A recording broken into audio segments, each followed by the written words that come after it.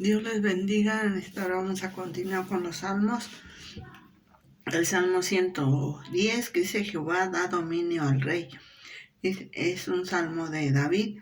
Dice: Jehová dijo a mi Señor: siéntate a mi diestra hasta que ponga tus enemigos por estrado de tus pies. Jehová enviará decisión la vara de tu poder.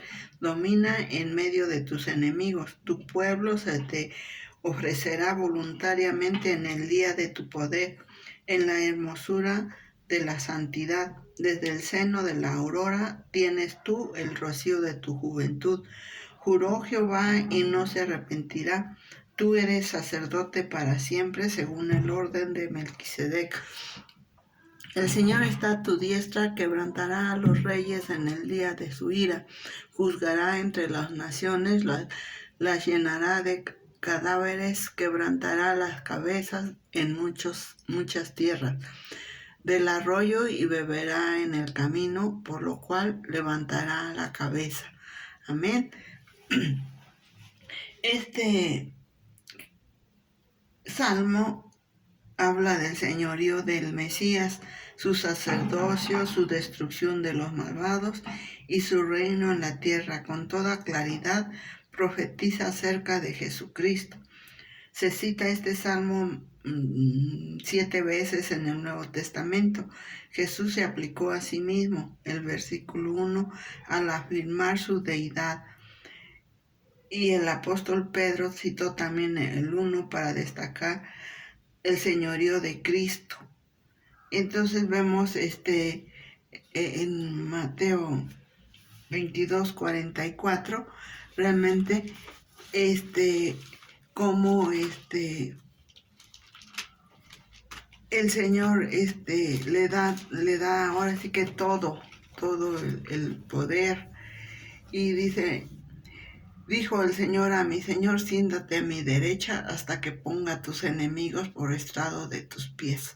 Entonces, esto lo cita en Pedro en Hechos 2:33 al 35, 5:30 31, Romanos 8:34, Hebreos 10:13, Hebreos 5:6 y 6:20, 7:28. Y en el 4 también lo cita. Dice el 4: juró Jehová y no se arrepentirá, tú eres sacerdote para siempre, según el orden de Melquisedec. Realmente, él es primero, pues aquí dice que dijo que se sentara a su diestra hasta que él ponga todos sus enemigos al estrado de sus pies. Entonces aquí vemos como el poder que le da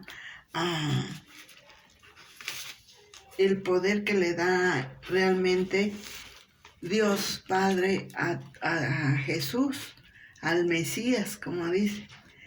Y ahí en Hechos, como veíamos, cuando Pedro da su discurso, que se levanta y empieza a decirles, ¿no? Después de que fueron llenos del Espíritu Santo el día de Pentecostés, dice que él lleno del Espíritu Santo, él se levanta y dice realmente hasta acusa a todos los israelitas, porque él clama, dice: así que, exaltado por la diestra de Dios y habiendo recibido del Padre la promesa del Espíritu Santo, ha derramado esto que vosotros veis y oís, porque David no subió a los cielos, pero él mismo dice: dijo el Señor a mi Señor: siéntate a mi diestra hasta que ponga tus enemigos por estrado de tus pies. Entonces vemos cómo Pedro usa este versículo también. Y en el 5:30 también dice así. Dice: el Dios de nuestros padres levantó a Jesús, a quien vosotros matasteis colgándole en un madero. A este Dios ha exaltado por su diestra, por príncipe y salvador, para dar a Israel arrepentimiento y perdón de pecados. Entonces aquí realmente Pedro les dice que a ellos lo que lo mataron y todo eso. Entonces vemos cómo ellos después dice que se compungieron, pero también realmente unos sí se arrepienten, pero no no como pues porque lo vieron, pero como le dijeron a Tomás, bienaventurados los que creen sin que lo hayan visto. Así que en el Romanos 8:34 también dice así, 8:34 dice, ¿quién es el que condenará? Es una pregunta. ¿Quién es el que murió? Más aún el que también resucitó, el que además está a la diestra de Dios, el que también intercede por nosotros. Entonces, aquí les pregunta realmente a los romanos, ¿quién es el apóstol Pablo realmente? Entonces vemos cómo también en Hebreos 10:13 también dice que ahora sí que él también en la profecía que él va a ser ahora sí que sacerdote por no por el orden de que el hombre pone sacerdotes y eso no, sino según el orden de Melquisedec. Pero antes dice en el 10:13, de ahí en adelante esperando hasta que sus enemigos sean puestos por estrado a sus pies. O sea que el Señor está al lado de su Padre, Dios Padre y todo. Entonces vemos cómo Él dice que va a poner todos sus enemigos. Y en el 5:5 también dice de Hebreos, dice, así tampoco Cristo se glorificó a sí mismo, haciéndose sumo sacerdote, sino el que le dijo. O sea, aquí vemos que hasta en eso, aún Jesús siendo Dios, siendo eso, Él no se glorificó a sí mismo, sino que el que lo dijo fue Dios Padre. Si tú eres mi hijo, yo te he engendrado hoy.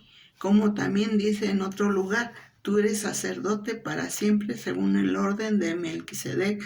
Y Cristo en los días de su carne, ofreciendo ruegos y súplicas con gran clamor y lágrimas al que le podía librar de la muerte, fue oído a causa de su temor reverente, y aunque era hijo por lo que padeció, aprendió la obediencia, y habiendo sido perfeccionado, vino a ser autor de eterna salvación para todos los que le obedecen, y fue declarado por Dios sumo sacerdote según el orden de Melquisedec. Aquí realmente, porque antes los hombres ponían los sacerdotes, desde Aarón, que fueron los primeros sacerdotes, y de ahí, y sus hijos, todo eso, todos los levitas y eso, pero realmente, según ellos eran, ahora sí que terminaba su vida, morían o por pecado, por lo que fuera, tenían que dejar el sacerdocio. Pero Cristo, según por el orden de Melquisedec, es sacerdote para siempre. Y en el 4 dice que es donde dice, tú eres sacerdote para siempre, del Salmo 110. Y todo eso lo estamos viendo. Y como en Hebreos 6:19 también dice, la cual tenemos como segura y firme ancla del alma, y que penetra hasta dentro del velo. Y donde dice que Jesús entró por nosotros como precursor, hecho sumo sacerdote para siempre según el orden de Melquisedec. Recuerden que él entró como pecador, como eso, pero él era inocente, él no tenía pecado. Él llevaba nuestros pecados sobre de él, y por eso entró, pero salió siendo un sacerdote y para siempre. Es la historia, lo que nos comenta aquí en el 110.